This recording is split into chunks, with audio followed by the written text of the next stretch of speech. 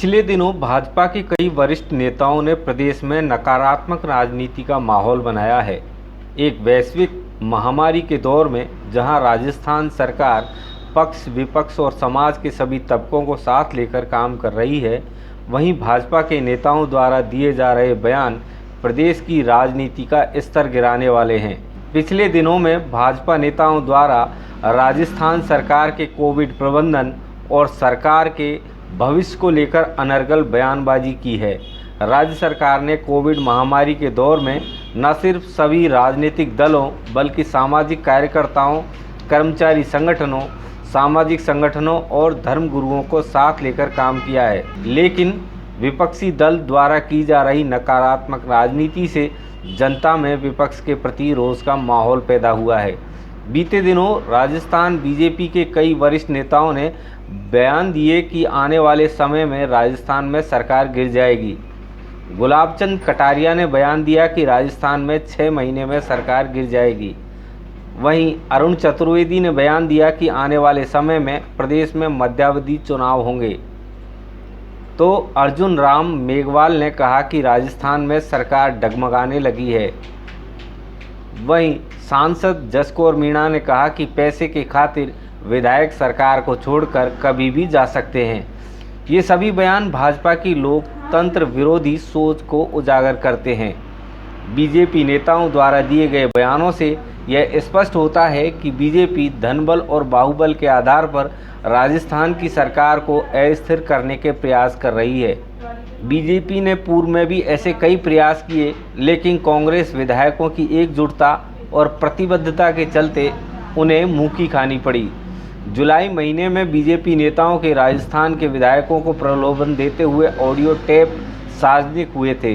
गुजरात में कांग्रेस छोड़कर बीजेपी में शामिल हुए विधायकों का वीडियो भी मीडिया में आ चुका है, जिसमें उस विधायक ने स्पष्ट तौर पर कहा कि कांग्रेस छोड़कर बीजेपी में आने के लिए उसे 10 करोड़ रुपए मिले। कर्नाटक, मध्य प्रदेश, गोवा, मणिपुर, अरुणाचल प्रदेश में हॉर्स ट्रेडिंग के माध्यम से सरकार बनाने वाली बीजेपी को राजस्थान में मिली शिकस्त की अब भी कुंठा है।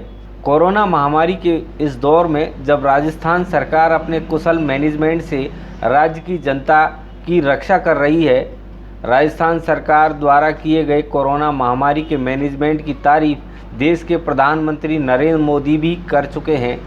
केंद्र सरकार ने कोरोना नियंत्रण के लिए राजस्थान की कई नीतियों का अनुकरण किया और दूसरे राज्यों को भी राजस्थान से सीख लेने की सलाह दी, लेकिन प्रदेश के नेताओं ने राजस्थान में कोविड मैनेजमेंट पर अनर्गल बयान देकर जनता में भय पैदा करने की कोशिश की, जो दुर्भाग्यपूर्ण है। पिछले दिनों बीजेपी के कोविड से स्वस्थ हुए कई नेताओं के वीडियो सोशल मीडिया पर वायरल हुए, जिनमें वो राज्य सरकार के कोरोना प्रबंधन की तारीफ कर रहे हैं। पिछले कुछ दिनों में सभी उत्तर भारतीय राज्यों में सर्दी बढ़ने, शादी और त्योहारों के चलते लोगों का आवागमन बढ़ने के कारण कोरोना संक्रमण के मामले भी बढ़े हैं, लेकिन राजस्थान में कोरोना की रोकथाम और उपचार के बेहतरीन उपाय किए हैं। राज्य के सभी जिलों में कोविड टेस्ट वैज्ञानिकों द्वारा कोरोना के परीक्षण के लिए सबसे विश्वसनीय बताई गई RT-PCR पद्धति से किए जा रहे हैं। राज्य सरकार ने मास्क लगाने को लेकर कानून भी बनाया है। हर जिला अस्पताल में ऑक्सीजन बेड और ICU की सुविधा है।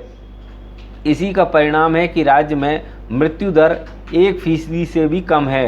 प्रदेश में 68% ऑक्सीजन बेड, 59% ICU बेड और 79% वेंटिलेटर्स आज भी खाली हैं। प्रदेश के सरकारी अस्पतालों में कोविड का इलाज पूरी तरह से मुफ्त किया जा रहा है। 40,000 रुपये कीमत तक के जीवन रक्षक इंजेक्शन भी मुफ्त में उपलब्ध कराए गए हैं। निजी अस्पतालों में भी इलाज की दरें तय की गई हैं। इस तरह की व्यवस्थाएं दूसरे किसी राज्य में नहीं हैं। राज्य सरकार कोरोना के प्रति जन आंदोलन चलाकर लोगों को कोरोना के प्रति जागरूक भी कर रही है।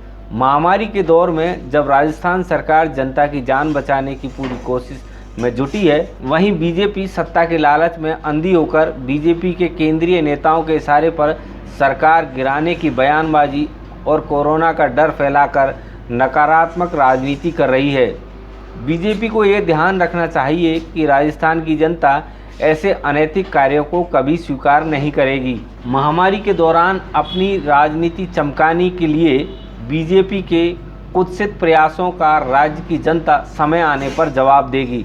जनता की सेवा से प्राप्त आशीर्वाद के दम पर राजस्थान की कांग्रेस सरकार पूरी ताकत लगाकर कोरोना से लड़ाई में विजय प्राप्त करेगी।